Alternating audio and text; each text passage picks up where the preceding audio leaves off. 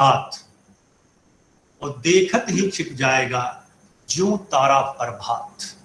मैं आपसे एक आग्रह करूंगा, अगर आपको मौका मिले कभी, मौसम उचित हो और गर्मी का दिन तो उचित मौसम है, तो प्रातः काल जब अभी सूर्य न उगे हो और लालिमा भी छाने में जरा बाकी हो, थोड़ा हल्का अंधेरापन हो, छत पर जाएं, लेट जाएं और तारों को देखें और अधखुली आंखों से तारों पर मेडिटेट करें। धीरे धीरे सूर्य उगेंगे और तारे धीरे धीरे छिपना शुरू हो जाएंगे और सबसे अंत तक आपको दिखता रहेगा। यदि वहां आसपास बृहस्पति हो या शुक्र हो तो कहना ही क्या, लंबे समय तक वो दिखेंगे, फिर वो भी डूब जाएंगे। यानी कि बदले हुए परिस्थितियों को समझने के लिए इस तरह की मेडिटेशन की आवश्यकता है। यानी ओझल होते हुए तारे पर ध्यान, देखत ही छुप जाएगा ज्यों तारा प्रभात। इस बात को मैं इसलिए ला रहा हूं कि मेरे श्रोताओं में कुछ ऐसे भी हमारे भाई बंधु होंगे, भाई बहन होंगे जो अपनी 30s में होंगे, 20s में शायद ही कोई हो भी सकते हैं कि 28 साल के आप लेक्चरर हैं और सुन रहे हैं, आप 20s के लेट 20s में हैं, कुछ 30s में होंगे, कुछ 40s में होंगे, कुछ 50s में होंगे। मैं 50s के मध्य बिंदु पर खड़ा एक व्यक्ति हूं, 55 साल का, हो सकता है कुछ 60s में भी होंगे।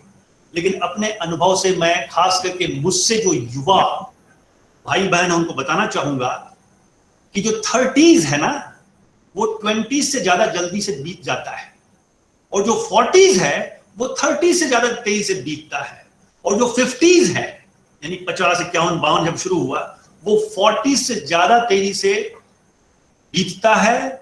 ये आपके एक भाई का अनुभव मैं बता रहा हूं, जो मैं स्वयं अपनी अनुभव से बता रहा हूं कि जब मैं 30s में था और 30s खत्म होने वाला था तो ये लगा कि 30s में बड़ी जद्दोजहद थी, अपने कार्य में एस्टैब्लिश होना था, विवाह के बाद बच्चे का पालन लालन और स्कूल भेजना, ये सब बड़ा समय लगा।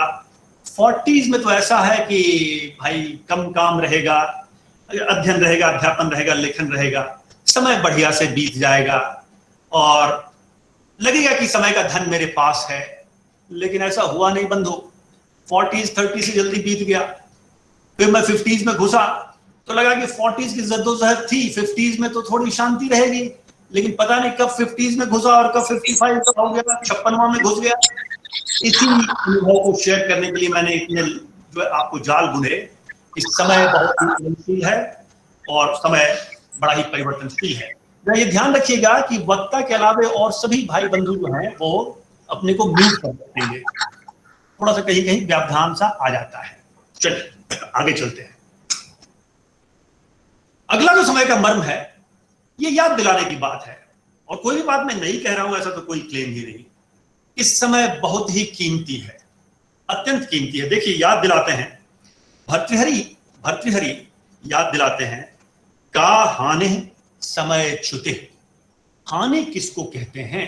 समय के चूक जाने को ही हानि कहते हैं। दोहावली में तुलसीदास जी ने लिखा है कि लाभ समय को पालिबो, हानि समय की चूक। हम लोग अक्सर दिवाली में लाभ हानि शुभ लाभ सब लिखते हैं और हमारे जो बंधु अपनी व्यवसाय या दुकान चलाते हैं, शुभ लाभ, लाभ हानि, हानि तो नहीं लिखते लेकिन हानि का कंसेप्ट है। तो यहां कह रहे हैं तुलसीदास कि समय का सदुपयोग ही लाभ है और समय का चूक जाना ही हानि है।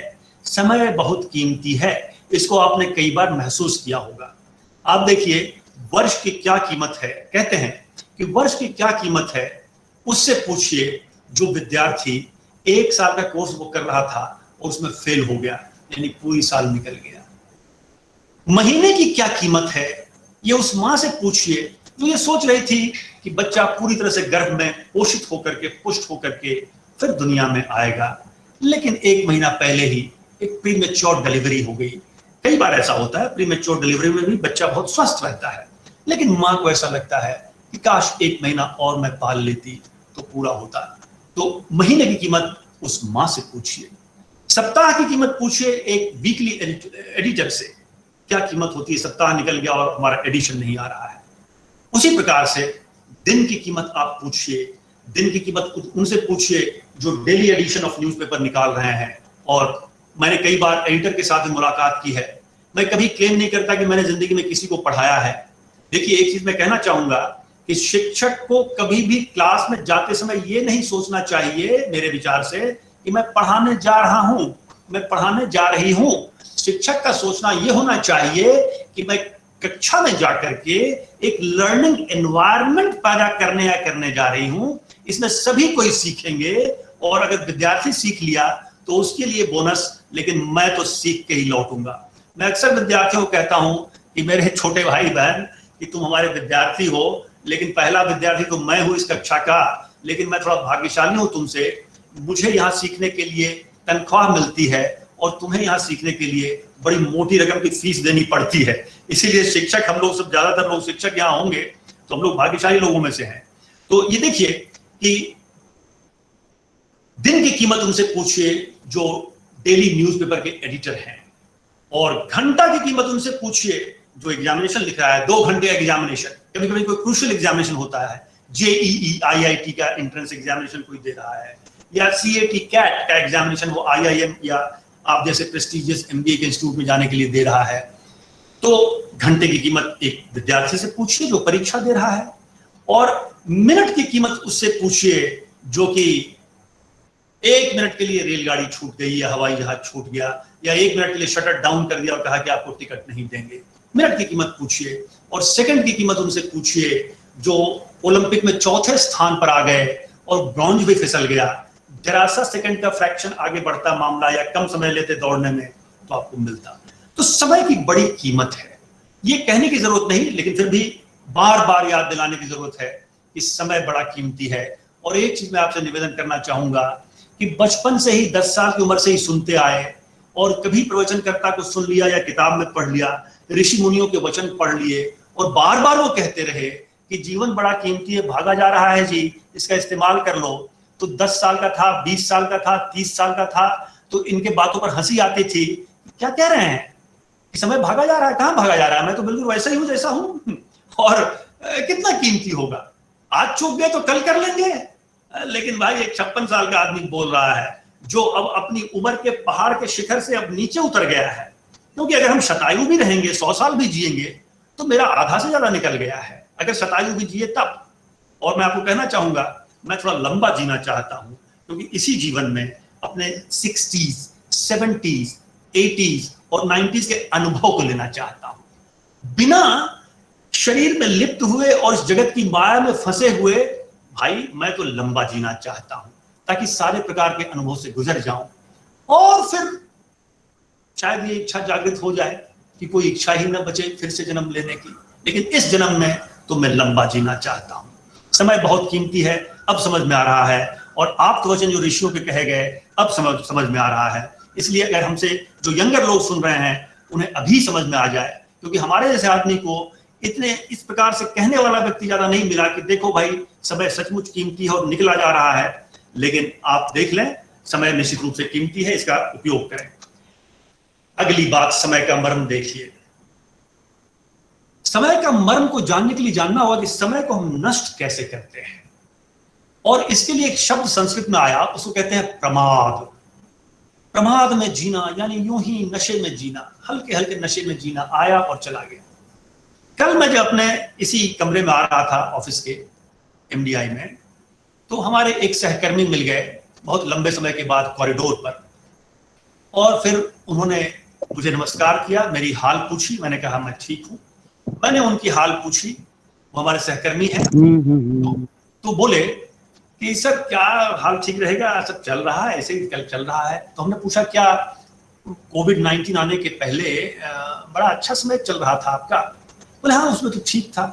उन्होंने कहा एक बात जान लीजिए, बड़े बेहोशी में जी रहे थे, क्या समय चल रहा था। और मैनेजमेंट के जो प्रोफेसर हैं उनको मैं कहना चाहूंगा, उसमें भी तो हम चर्चा कर रहे थे, वुका वर्ल्ड, वुका कह के कितने पेपर छप गए, कितने कॉन्फ्रेंस हो गए, कितने विदेश के विजिट हो गए, कितने प्रोफेसरों के वुका वर्ल्ड कह करके। वुका मतलब V for volatility, U for uncertainty, C for complexity, A for ambiguity. कोविड-19 आने के पहले हम सारे चीजों से जूझ रहे थे, अब हम सिर्फ बात बना रहे हैं कि हम बहुत फंस गए हैं। एक दो बातें यहां कह दूं कि कोविड-19 या कोरोना का जो समय आया है, चूंकि समय के मर्म पर चर्चा चल रही है, तो कम से कम ये मत कहते फिरें कि बड़ा खराब समय आ गया। समय पहले भी कोई बहुत अच्छी तरह से हम बिता नहीं रहे थे, और समय इससे तो थोड़ा बेहतर था, लेकिन हम गाफिल थे, हम भूले बिसरे हुए थे।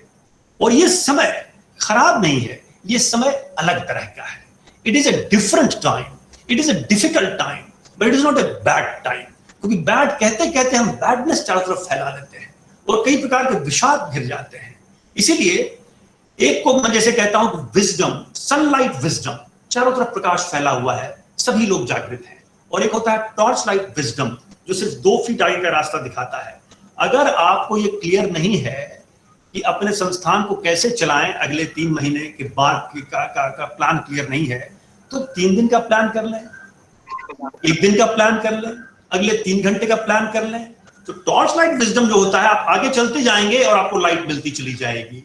इसलिए कभी कभी सनलाइट विजडम से ज्यादा पावरफुल होता है टॉर्च लाइट विजडम, विशेष करके तब जब जीवन संकट के कालों से गुजरता है या पूरा समाज संकट के काल से गुजरता है, माने कठिन समय से गुजरता है। तो प्रमाद जो है, बहुत आपको जान के आश्चर्य होगा कि प्रमाद को ही मृत्यु कहा गया।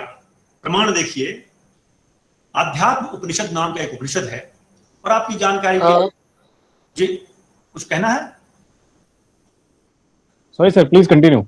प्लीज आप अपनी वीडियो बंद करके रखिए, बाकी लोग please. Thank you so much.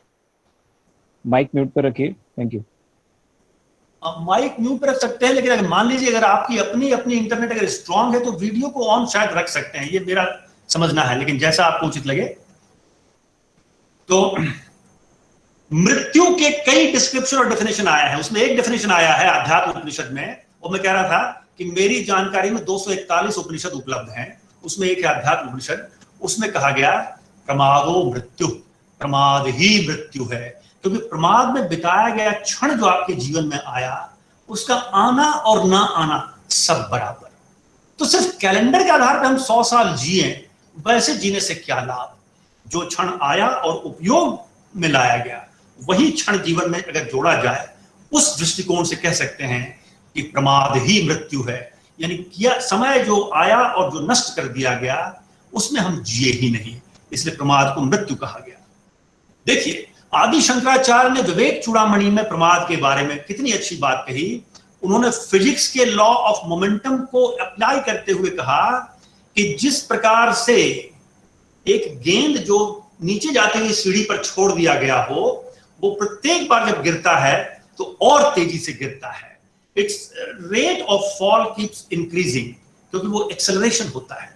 सूत्र जो है वो ये है विवेक चूड़ामणि का, प्रमादतः प्रच्युत केलिकंदुकः सोपान पंक्तौ पतितौ यथा तथा। यानी कि प्रमाद में जीता हुआ व्यक्ति उसी प्रकार से पतित होने लगता है जिस प्रकार से एक कंदुक यानी गेंद नीचे जाते हुए सीढ़ी के पास जब छोड़ी जाती है, तो प्रत्येक बार गिरने के साथ इसके गिरने की गति और बढ़ती चली जाती है। इसीलिए प्रमाद के बारे में बहुत ही साइंटिफिक तरीके से आदि शंकराचार्य ने हमें चिताया है। प्रमाद के बारे में विवेक चूड़ामणि में आदि शंकराचार्य ने एक समझिए एक फ्लो चार्ट दिया है कि प्रमाद से होता है क्या क्या। कहते हैं प्रमादो मोह ततो अहंधी ततो बंध ततो व्यथा। यानी कि जहां प्रमाद है, प्रमाद जो है मोह का कारण बन जाता है। प्रमाद मोह पैदा करता है, मोह से क्षुद्र अहंकार पैदा होता है, ततो अहंधी, और क्षुद्र अहंकार से ततो बंध, वहां बंधन पैदा होता है, और ततो बंध ततो व्यथा, जहां बंधन पैदा होता है। बंधन जो है मोक्ष का एंटीथेसिस है, और मोक्ष जो है वो बंधन का एंटीथेसिस है। इसलिए आप प्रोफेसर रहते हुए, डीन रहते हुए, वाइस चांसलर रहते हुए, डायरेक्टर रहते हुए, प्राइम मिनिस्टर रहते हुए या तो बंधन में जी सकते हैं, या मोक्ष भी यही है, मोक्ष में जी सकते हैं। इसीलिए कितना सुंदर कहा कि प्रमाद से मोह का जन्म होता है, मोह से क्षुद्र अहंग का जन्म होता है, क्षुद्र अहंग से बंधन का जन्म होता है, और बंधन से व्यथा का जन्म होता है। इसलिए अगर व्यथा को आमंत्रित करना हो तो प्रमाद में रमिए, यानी कि समय को नष्ट करिए। बहुत सुंदर व्याख्या विवेक चूड़ामणि में आदि शंकराचार्य का किया गया है। और देखिए एक और प्रमाद के बारे में बहुत अच्छा दृष्टांत आता है। ये महाभारत में आता है, महाभारत शास्त्र में आता है, जिसमें करीब 1,03,000 श्लोक हैं, वेद व्यास द्वारा रचित है।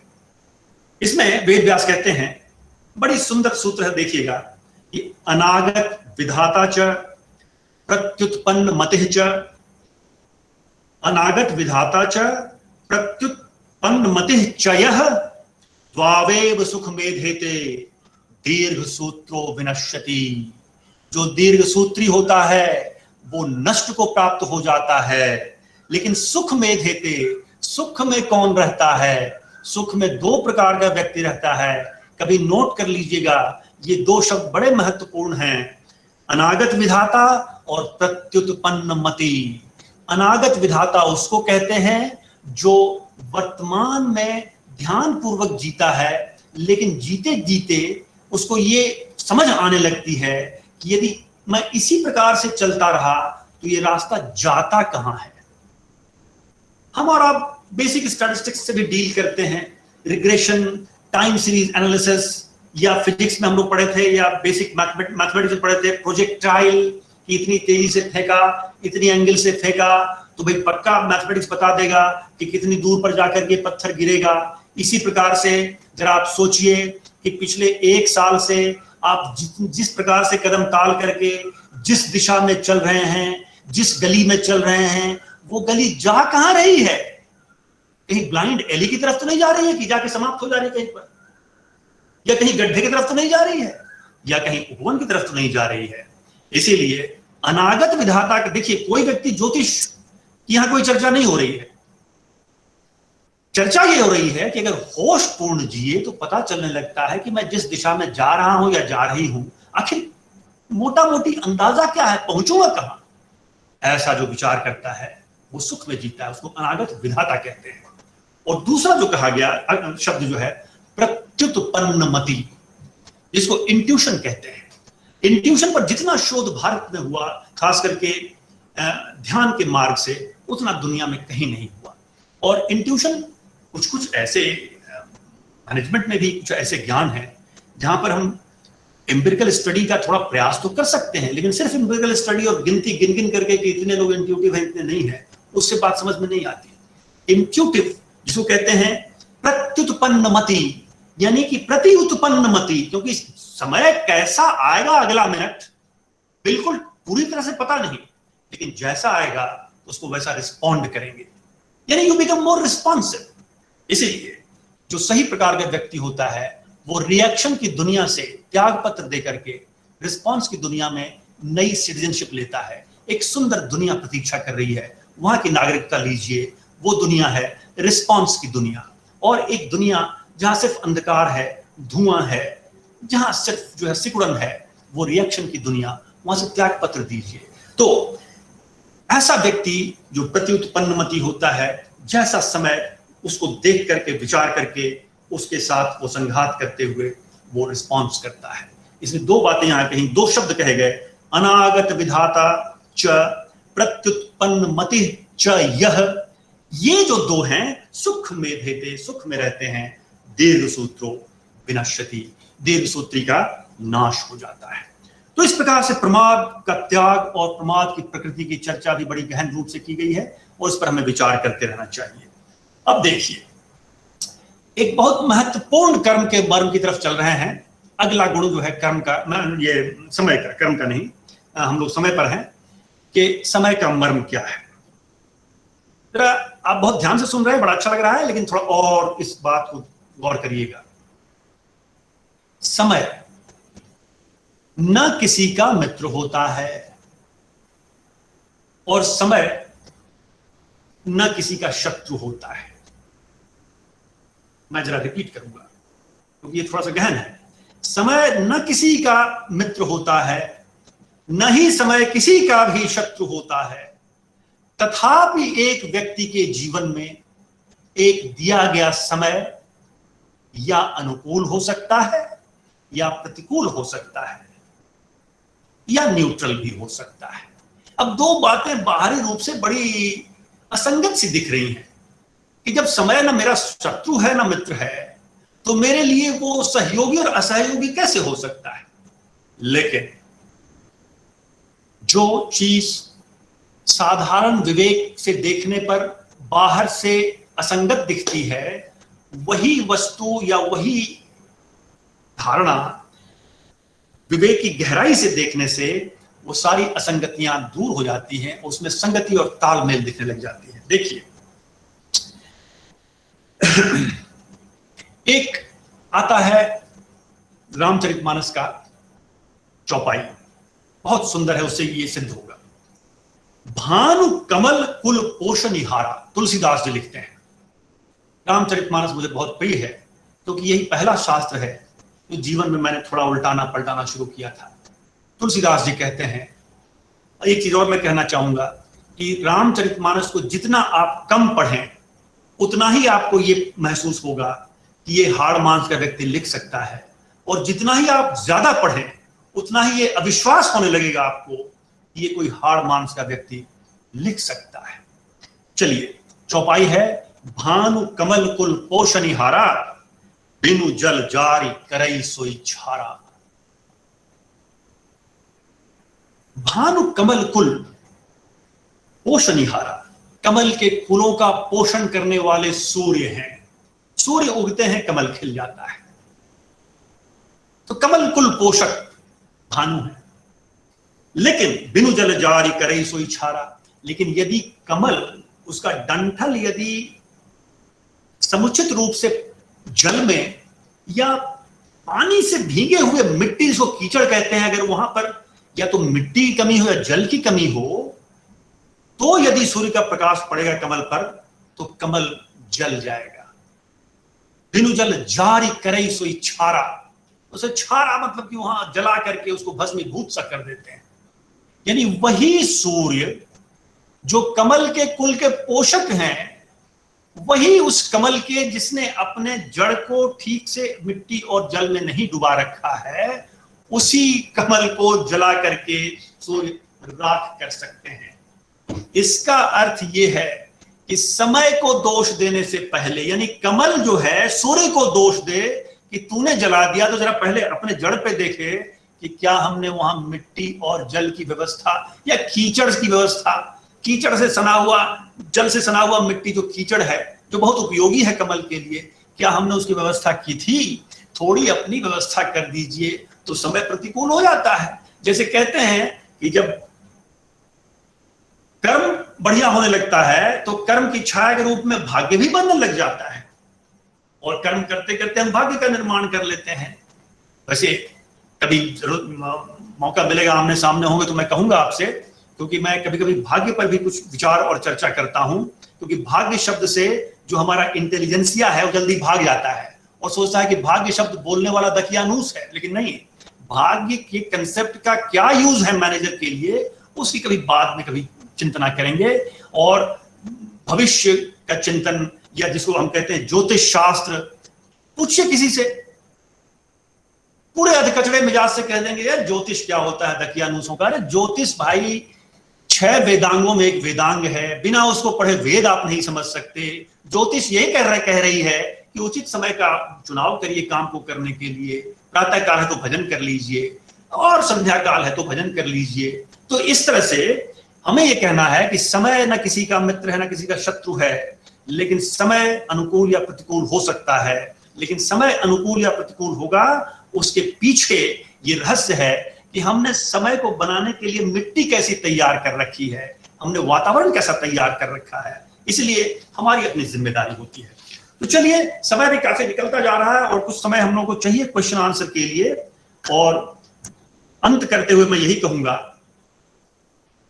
कि समय के बारे में मैंने वो चर्चा नहीं की जो हम लोग जनरली एमडीपी में करते हैं, how to manage time at work place, how to save 1 hour at work place, which work to be done earlier than others. लेकिन ये हर जगह कहा गया कि वैसे कार्य में कभी देरी नहीं करना चाहिए जिसको कहा गया कि लघु मूलम फलोदयम, जिसमें कम इन्वेस्टमेंट करके ही ज्यादा लाभ हो, जहां इंक्रीजिंग रेट ऑफ रिटर्न हो। ऐसे कार्य को तो कभी भी छोड़ना नहीं चाहिए और तत्काल कर देना चाहिए। और यदि कई कार्य एक साथ करने हो तो जो कार्य ज्यादा लाभदायी है उस पर ज्यादा ध्यान रखते हुए बाकी कार्य, छोटे छोटे कार्य को थोड़ा थोड़ा निपटाते रहना चाहिए, लेकिन छोटे छोटे कार्य पर ही पूरा ध्यान दे करके ज्यादा लाभ देने वाले कार्य को कभी त्यागना नहीं चाहिए। और तीसरी बात, कभी कभी एक बहुत ही छोटा कार्य इतना क्रिटिकल हो जाता है कि जिसके बिना आगे गाड़ी चलेगी ही नहीं। एक दो बार हमने देखा है कि 2 बजे रात में कन्या का जब विवाह हो रहा है तो छोटी सी एक विशेष प्रकार की कोई अंगूठी या कुछ चीज चाहिए और वही नहीं मिल रहा है तो पूरा विवाह का कार्यक्रम रुका हुआ है। तो कहने का ये है कि कभी कभी एक बड़ा ही छोटा और कम फल देने वाला कार्य भी प्रायोरिटी में हो सकता है, उसका चुनाव आप कैसे करेंगे वो आप समझिए। और चूंकि समय का योग ही हमारा जीवन है, इसलिए समय का सदुपयोग जीवन का सदुपयोग है। इसलिए हम जैसे शिक्षकों को भी टाइम मैनेजमेंट जब चर्चा करें तो टाइम मैनेजमेंट को लाइफ मैनेजमेंट से जोड़ दें। और ऐसी चर्चा वाल्मीकि ने अपने रामायण में की है कि धर्म, अर्थ और काम, मोक्ष का तो उन्होंने वहां नहीं किया उपयोग शब्द, लेकिन धर्म, अर्थ और काम की पूर्ति के लिए, इन तीनों की पूर्ति के लिए लोग समय रोज दें। और धर्म अर्थ, धर्म काम और अर्थ काम, इसकी पूर्ति के लिए भी समय दें। और मैं एक चीज और जोड़ देना चाहूंगा कि उपनिषद में मोक्ष के बारे में भी चर्चा की गई है और यह भी चर्चा की गई है, कुछ लोगों को यह बात बहुत अच्छी लगेगी कि यह चर्चा उपनिषद में है कि यदि इस जीवन के रहते सत्य का साक्षात्कार नहीं किया, समझ में नहीं आया कि मैं क्यों आया, कौन हूं, कहां जा रहा हूं, तो समझिए ये जीवन व्यर्थ चला गया। यानी कि एक जागरूक मनुष्य अर्थ, धर्म, काम और मोक्ष, इस चारों पुरुषार्थ के लिए प्रतिदिन के आधार पर अपने समय को बांट करके चारों के प्रति वो उसका उपयोग करेगा। चलते चलते बिल्कुल अंत में कहना चाहूंगा, और क्योंकि ये सूत्र मुझे बड़ा प्यारा है कि दीर्घ सूत्रता, समय को टालना, देरी से काम करना, कहीं भी उसकी प्रशंसा नहीं की गई है। लेकिन कहते हैं ना कि ज्ञान कभी कभी उलटबांसी हो जाती है, और कबीर तो उलटबांसी में ही कहते हैं। महाभारत का एक सूत्र है जिसे मैं समाप्त करना चाहूंगा, लेकिन जरा सी मिस्टेक हुई समझने में तो गुड़ का गोबर हो सकता है, लेकिन चूंकि हम सब मैच्योर श्रोता हैं इसलिए कह रहा हूं। और इस सूत्र को मैं कदापि न कहता यदि मेरे श्रोता सारे के सारे 20 साल से कम उम्र के होते, क्योंकि वो गुड़ का गोबर कर सकते हैं।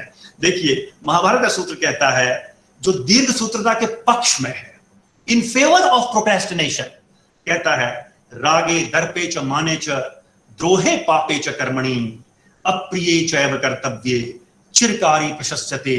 यानी देर से काम करने वाला प्रशंसा पाता है किन मामलों में? रागे दर्पे च माने च।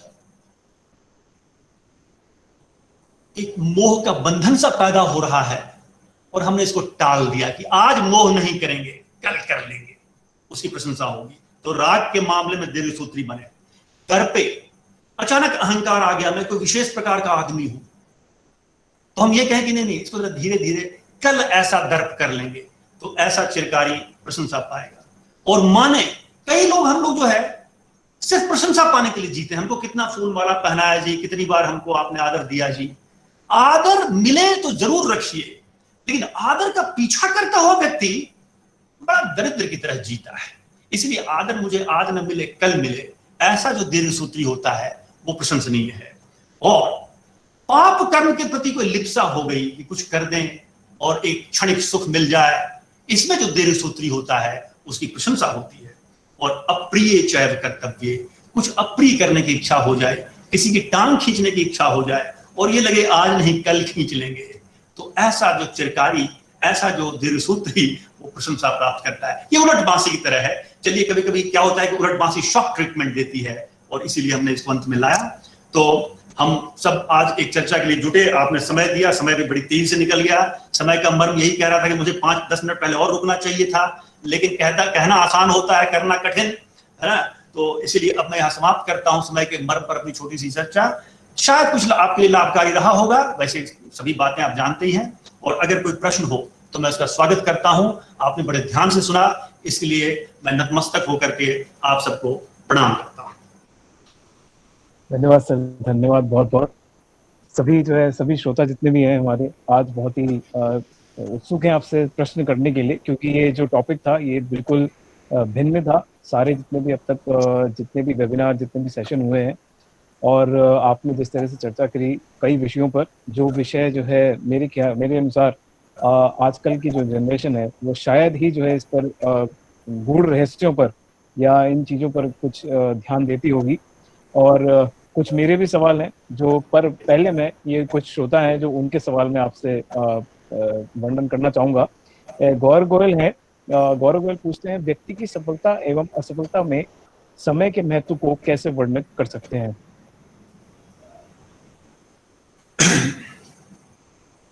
गौरव जी का सवाल है। देखिए, मैं एक चीज कहता हूं कि मैं उत्तर छोटे रखूंगा ताकि कुछ ज्यादा संख्या में प्रश्न आ सकें। जी और सर, जी।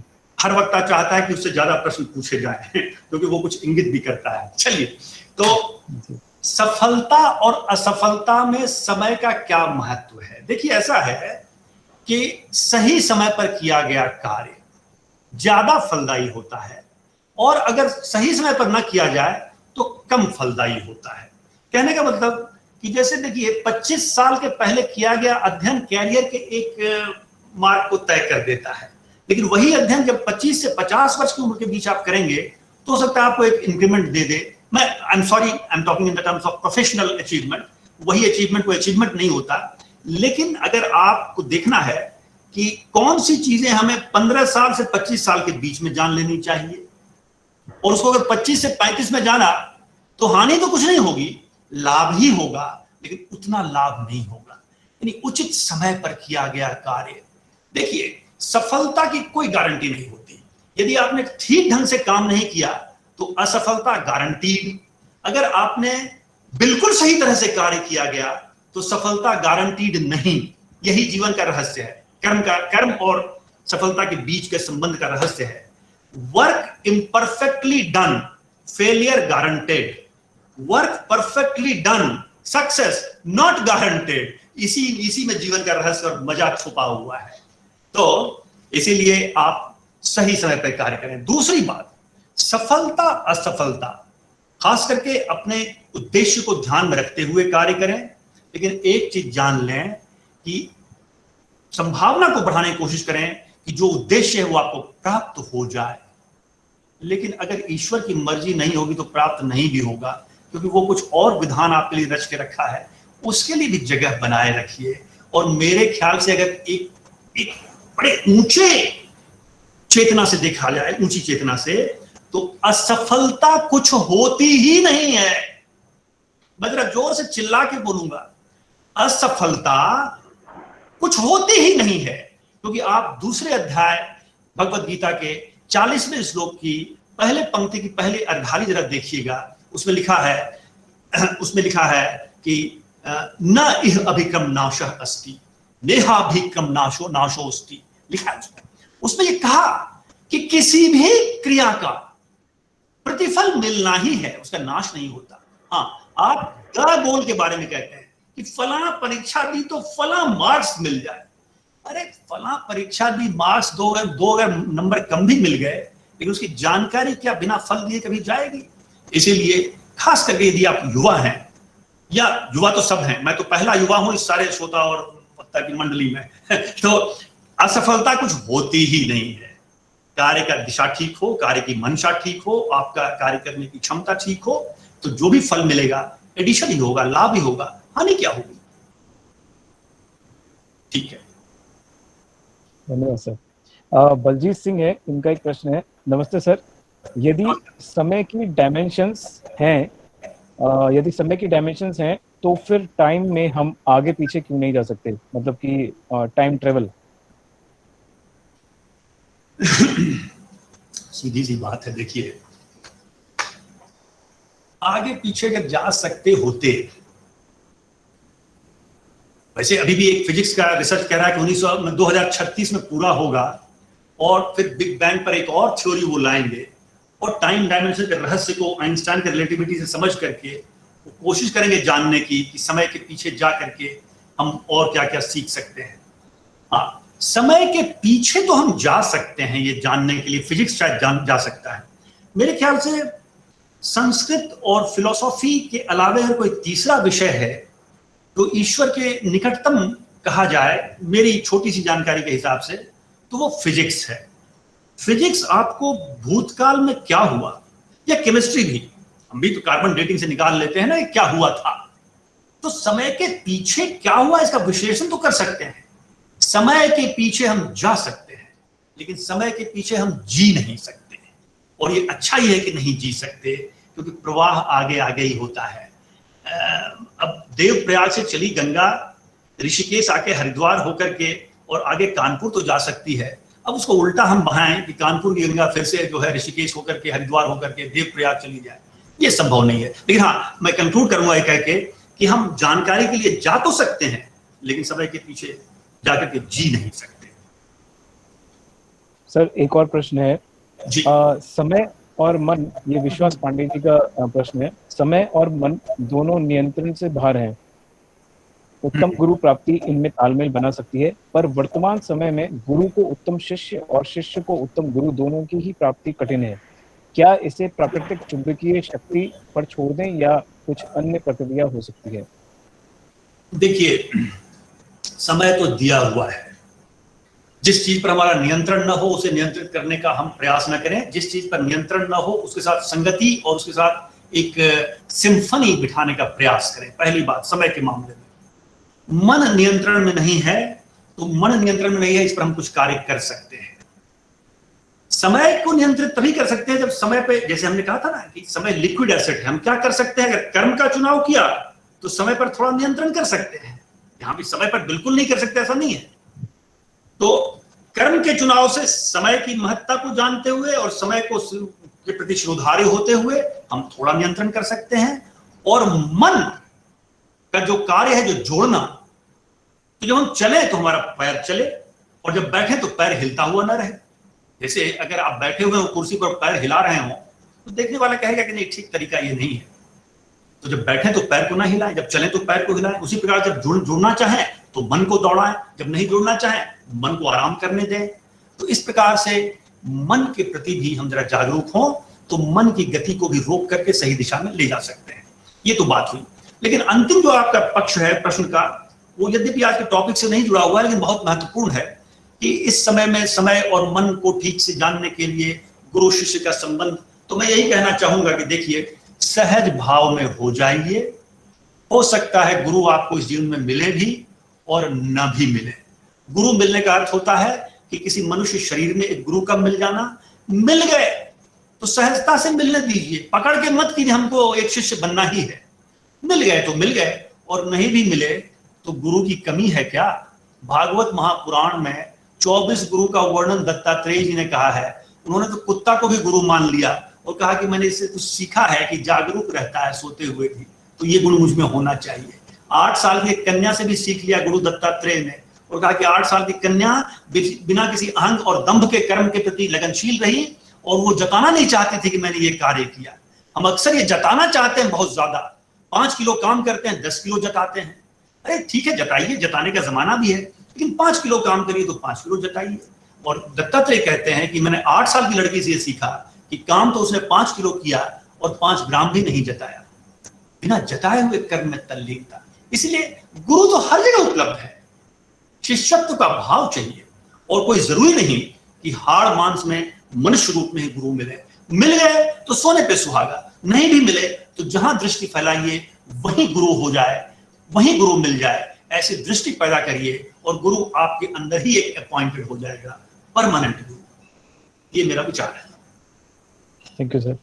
एक लास्ट क्वेश्चन है सर, श्वेता आनंद जी का। मोस्टली लोगों को टाइम की वैल्यू तब पता चलती है जब उनका इम्पोर्टेंट टाइम निकल जाता है, तो हम उसकी वैल्यू टाइम से कैसे सीख सकते हैं? मैं बात कर सकता हूँ? तो हम उसकी वैल्यू टाइम से कैसे सीख सकते हैं? अब देखिए, कुछ चीजें तो सत्संग से ही सीखी जाती है। आज भी सत्संग ही हुआ। यदि आप सुन रहे हैं या सुन रही हैं, तो जो समय चलता है ना, चलता हुआ समय जब खोने लगता है या खोता रहता है तो हमें पता नहीं चलता। इसीलिए समय के बारे में जिन लोगों के आप्त वचन हैं, कुछ अच्छे वचन पढ़ना सुनना। काल को खंड एक पूरी चैप्टर है कबीर की, जिसको रामचंद्र दास जी ने चैप्टराइजेशन किया है। कबीर ने कोई चैप्टराइजेशन नहीं किया, तो कहते चले गए। तो इसी प्रकार से ये है कि आप कभी कभी रुक जाइए, यानी कि दिन में 5 मिनट रुक जाइए, सप्ताह में 1 घंटा रुक जाइए। रुक जाइए मतलब आत्मचिंतन करिए और देखिए कि मेरी दिशा किधर जा रही है। स्टीफन कोवी ने जब लिखा कि 7 कैरेक्टरिस्टिक्स ऑफ इफेक्टिव पीपल, तो उसमें ये वर्णन आया है कि खाली सड़क मत बनाते रहिए, जरा देखिए सड़क की दिशा ठीक तो नहीं, ठीक जा रही है कि नहीं जा रही है, अन्यथा सड़क तो तेजी से बन जाएगी लेकिन जहां पहुंचनी थी वहां नहीं पहुंचेगी। इसीलिए जागरूक रखिए, होशपूर्ण रहिए और यात्री की तरह आप चल रहे हैं, लेकिन हमेशा चलते ही मत रहिए। कभी 2-4 मिनट खड़े होकर देखिए, चारों तरफ देखिए, 360 डिग्री एंगल पर देखिए, हम कहां पहुंचे, कैसे पहुंचे, कहां जा रहे हैं। जी धन्यवाद सर। प्रोफेसर धमीजा सर आपसे कुछ निवेदन करें, कुछ बातचीत करना चाहते हैं। हाँ, प्रोफेसर धमीजा साहब तो वहाँ के बहुत पुराने स्तंभ हैं, मैं उनको जानता हूँ, नाम जानता हूँ और कई वर्षों से वहाँ हैं। जी प्रणाम सर। सर प्लीज सर बोलिए सर। मेरी आवाज आ रही है मेरे? जी सर आ रही है सर, आप प्लीज। मेरी आवाज आ रही है? जी सर प्रणाम सर। नमस्कार। जी प्रणाम सर। प्रणाम सर। डॉक्टर साहब प्रणाम सर। डॉक्टर साहब नमस्कार। नमस्कार। सबसे पहले तो आपको साधुवाद, आपने गुरुकुल कॉमेडी के प्लेटफॉर्म से हिंदी में अपना हम दिया, बहुत पसंद आया। और ये अच्छा लगा जान के कि आपने विभिन्न सोर्सेज का इस्तेमाल करके रामायण, महाभारत, वाल्मीकि और कबीर सब को एक साथ लाकर आपने समझाने की कोशिश की कि डिफरेंट डायमेंशन जो समय के हैं। मेरा एक छोटा सा प्रश्न है, हम समय की वैल्यू समझते हैं सब, लेकिन समय की कदर नहीं करते, ऐसा क्यों है? हिंदुस्तान में समय की कदर बहुत कम लोग करते हैं। जी, समय की कद्र देखिए, सभी जानते हैं कि समय की अपनी वैल्यू है, समय की अपनी कीमत है, ऐसा क्यों है सर? तो इसका बस छोटा सा उत्तर मैं ये निवेदन करना चाहूंगा कि समय की कद्र हम जानते हैं लेकिन कद्र करते नहीं। तो मेरा ये बड़ा नम्र निवेदन रहेगा इस प्रकार से कहने में कि समय की कद्र शायद हम जानते नहीं, कहीं रट लिया है। कबीर ने कहा, हमने कहा, किसी ने कहा, कहीं से कोई रट लिया, हमने कोटेशन बोल दिया, इंप्रेस कर दिया लोगों को। समय की कद्र जो जान जाएगा, जब जान ही जाएगा कि ये रास्ता विषपूर्ण है, जब जान जाएंगे कि इस ग्लास में जल नहीं विष है, तो हम पिएंगे नहीं। इसीलिए समय की कद्र जाना हुआ नहीं है, ये रटा हुआ है। इसलिए अगर यही बात है, आपने बिल्कुल सही कहा सर कि यदि हम युवाओं को समय की कद्र सिखा सकें, कई दृष्टांतों से उनके साथ थोड़ा समय बिता करके, थोड़ी उनकी कलाई पकड़ करके, तो ये जानते ही फिर वो समय की कद्र करना शुरू कर देंगे। यही फर्क है तोता रटंत विद्या में और यही फर्क है समझ में, यही फर्क है। देखिए, नोइंग डूइंग बिकमिंग या लर्निंग अंडरस्टैंडिंग, तो हमें बिकमिंग की तरफ जाना है, हमें अंडरस्टैंडिंग की तरफ जाना है। इतना होते ही सारा अंधकार स्वयं ही दूर हो जाता है। ऐसा सर मेरा नम्र विचार है। डॉक्टर साहब। सर बैंकट साहब प्रणाम। प्रणाम सर। प्रणाम सर। डॉक्टर साहब। जी सर। हेलो। जी सर। हेलो, आवाज जा रही है? बिल्कुल बिल्कुल बुलंद आवाज आ रही है सर, आपकी हमेशा की तरह।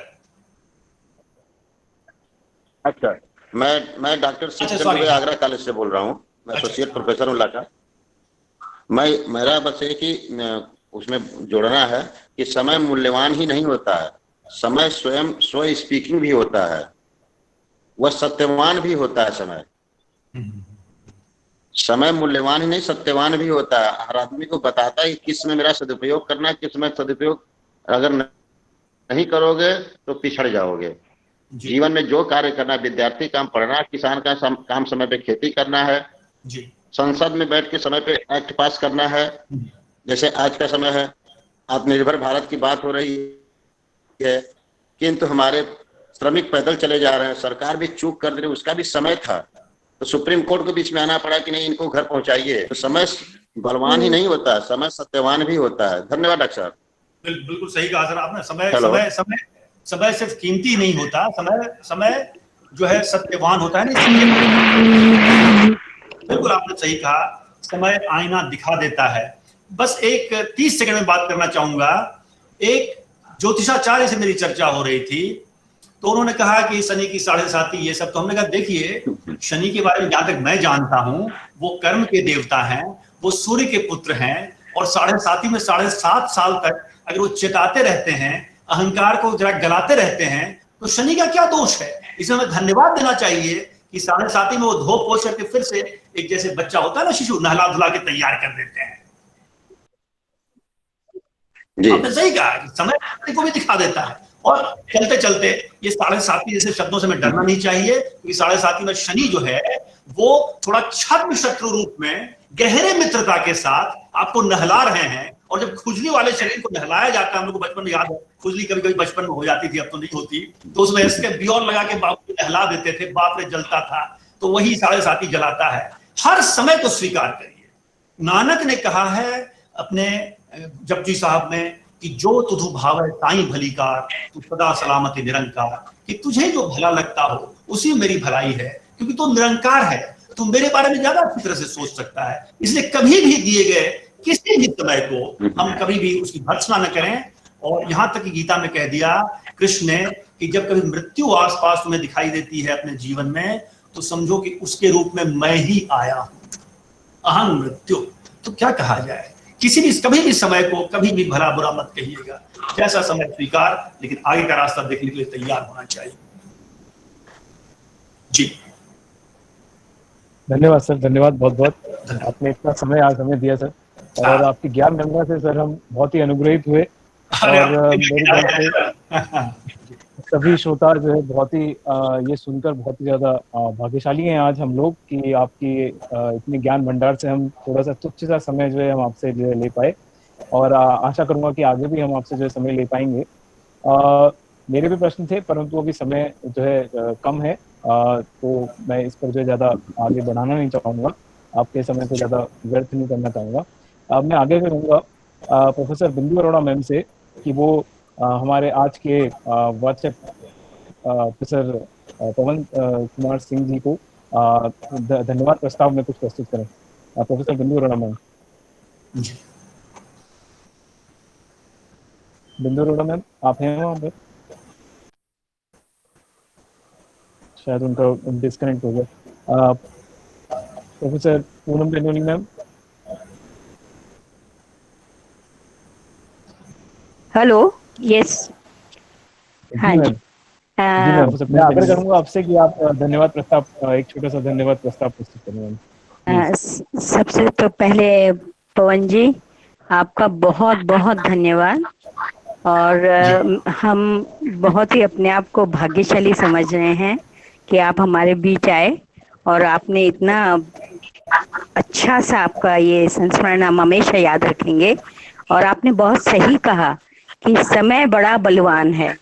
ये हमारे इसमें हम जब तक हम उसको अपने आप में ये नहीं करेंगे, रिस्क नहीं जाएगा हमारे पूरे तन मन में, पूरा ये जो वो है समय का जो सदुपयोगता जो है, कि हम जब तक अपने पूरे तन और मन में ये रीस न दें, तब तक ये बात आपने सही कही कि नॉट नेसेसरी कि आपने सब कुछ सही करा आपको सफलता मिलेगी, बट इस बात की ना चिंता करते हुए ये हम अगर एक आदत बना दें, छोटी छोटी चीजों से शुरू करके अगर हम ये आदत बना दें, तो ये हमारे अंदर रिस जाएगा।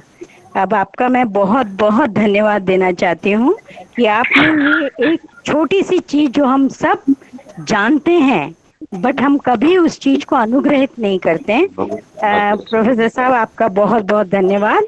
और अब मैं मीर जी से कहती हूँ कि वो आगे का संचालन करेंगे। धन्यवाद मैम, धन्यवाद बहुत बहुत सर, बहुत बहुत धन्यवाद सर, बहुत साधुवाद सर आपको। और मेरा प्रश्न जो है ज्योतिष और समय से रिलेटेड था, पर आशा करूंगा कि आगे आपके साथ जो है कनेक्शन बना रहे। और सभी श्रोताओं की तरफ से भी मैं धन्यवाद, और अपने एफएमएस और डीएमएस परिवार की तरफ से भी मैं आपसे बहुत बहुत धन्यवाद करना चाहूँगा सर। आप आए यहाँ पर, आपने ऑनलाइन जो है हमें सेशन में समय दिया सर, बहुत धन्यवाद सर। Thank you so much sir, thank you so much. प्रणाम। Thank you sir, thank you very much. प्रणाम। शुभकामनाएं प्रणाम। मेरे तरफ से भी। जी सर।